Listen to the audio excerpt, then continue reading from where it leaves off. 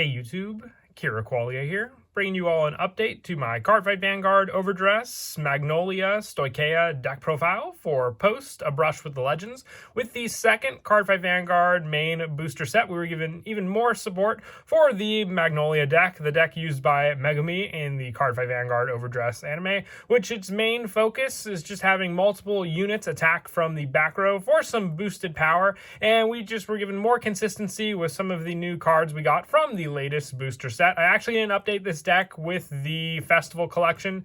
I just didn't get around to it compared to all the other deck profiles I was doing for the time. So definitely happy to be finally updating the deck with the latest set, A Brush with the Legends, and just the overall power this card has with all the new units and the new normal order we have also for the deck. So let's go ahead and get started with the deck profile. So for the ride deck, just like most of the other ride decks, currently there isn't many big changes. Still running the Sylvan Horn Beast a lot for the starter. Just the standard when wrote upon, and you want second, draw a card. For our grade 1, we are running Sylvan Horn Beast Charis. When this unit is wrote upon by Sylvan Horn Beast Latisse, you may reveal the top card of your deck, and if it's a grade 2 or less unit, call it to rear, and then if it isn't, put it into your soul. So as long as you call a normal order, you have the option to add this card to your soul, and otherwise it's just a unit that you can call out onto the field. That's why I wanted to maximize the number of grade 2 or less units we run in the deck, because if you reveal a grade 3 with this card, then you really don't benefit off of what you call or reveal with the card, otherwise than the fact that it'll go into your soul. With our grade 2 target being Sylvan Horn Beast Latisse, when this unit is wrote upon by Sylvan Horde King Magnolia, Soul Blast 1, reveal the top card of your deck. If it's a unit card, call it to rear. If it isn't, put it into your hand. So at least with this card, whatever you reveal, you'll at least be able to either have in your hand for you to use if it's a normal order, or put onto the field if it's a unit. So very, very useful when riding your main go-to grade 3, which is Sylvan Horn Beast King Magnolia, having the option for the back row pressure with this card, and why we are also running 3 of it in the main deck. At the end of the battle, this unit attacked, counterblast 1, and choose one of your rear guards until the end of turn. This unit can attack from the back row, and it gets plus 5,000 power. If you Persona Road this turn, choose 3 rear guards instead of 1. So this immense pressure definitely benefits from going off of the Persona ride. So you want to have this card at max number in the deck so you can have that pressure with your front row, but also the immense pressure that your back row can provide, giving them plus 5,000, and the already high numbers that those cards can reach on their own means you have multiple attacks to go up against your opponent with. So those attacks will definitely be difficult to guard if your opponent doesn't get any triggers, and the multiple attacks just means that you can have the means to clear out their rear guards if they do get a trigger on one of their damage checks.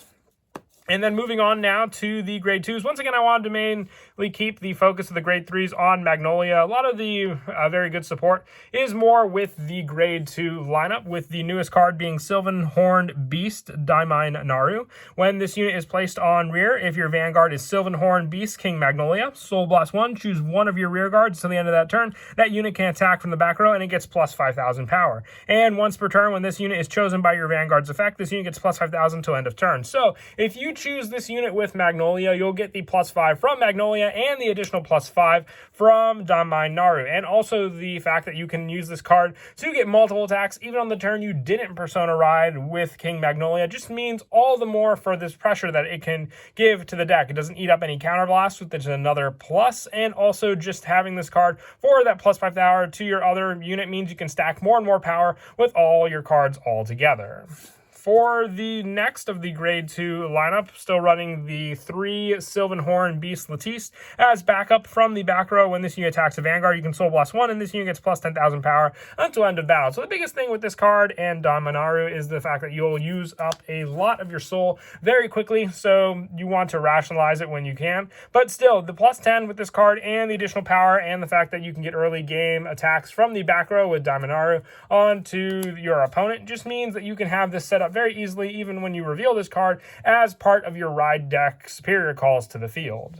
And another grade 2 lineup being the final spot is the Sylvan Horn Beast Geonosia. From the back row, when this unit attacks, you counterblast 1, choose one of your rear guards, and it gets plus power until the end of the turn, and it becomes by its power at that time. So your other rear guard gets the strength of what this unit was for the back row power, meaning you can just add more and more power onto a bunch of your different units you run in the deck. I run this card over some of the grade 3 options we were given in the set 2 pack, just for the fact that it requires a counterblast, where Magnolia also takes up a counterblast Counterblast, but cards like Dominaru and also Latisse require Soul Blast. So I kind of wanted to balance out what you use with each card with this card as well. So with that, I'm running 4 of this, but it can be an option to take out for some additional normal orders that you run in the deck, but still preferred just for more and more numbers you can get with the back row.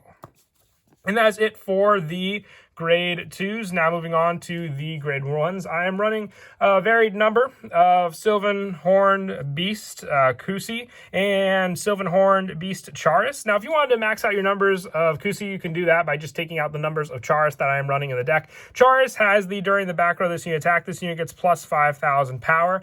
And Kusi, this unit cannot be ridden and it can only be called to the back row. So with this, you have pressure at least if need be in the front row with Charis to attack your opponent if you Persona Ride and you don't have any other units to call to the front row. With Sylvan Horned Beast Kusi, if you don't have any other option, this card still has to remain in the back row, so it can't fully benefit from your Persona Ride, so you can mix and match the numbers as you want. I have 3 Charis and 2 Kusi in the deck currently, but you can always increase the number of Charis that you run in the deck for additional numbers of Kusi, just as the added spot for what you prefer for the boosted numbers for grade 1 power targets. And another of the grade 1 spots, I'm running 3 Maiden of Deep Impression Urjula. When you would move or swap rear guards during your main phase, you can also move it within the same row. So this just gives you more options for moving around your units for some of your play setups. And on rear, your unit in your front row of this unit cannot be chosen by your opponent's card effects. Another way to protect your units in the front row, so you really don't have a means for your opponent to take out a good number of cards based on attacks and other plays that they might try to do against your deck with this card. It's more of a protection card. So early game setup, especially when you can reveal it for your ride deck skills, makes it all the better just to have this card remain on the field. It's why I'm also only running 3 of this card. Once you set it up, that's really all you need for it. It doesn't really add much to the back row attack plays, but still, it can also be a potential card you keep to the front row as another option just for an attack, but mostly you want to keep it in the back row to protect your front row units from being chosen by your opponent's effects. With the last of the grade 1s being the Sentinel, so 4 Planner Prevent Dragon, just as the added option. Once again, if you have the 2 in your hand and you guard with it, and you only have the 1 remaining in your hand, you don't have to pay the discard cost for these Sentinels, meaning if your opponent has another bigger number, you can at least block that attack, especially with over triggers if your opponent gets the 100 million, and since you already blocked the Vanguard attack, they'll give it to the rear guard, and then having that additional Sentinel to block if that is one attack you can't chance to take, being at 5 damage, or if it even had an additional critical on it.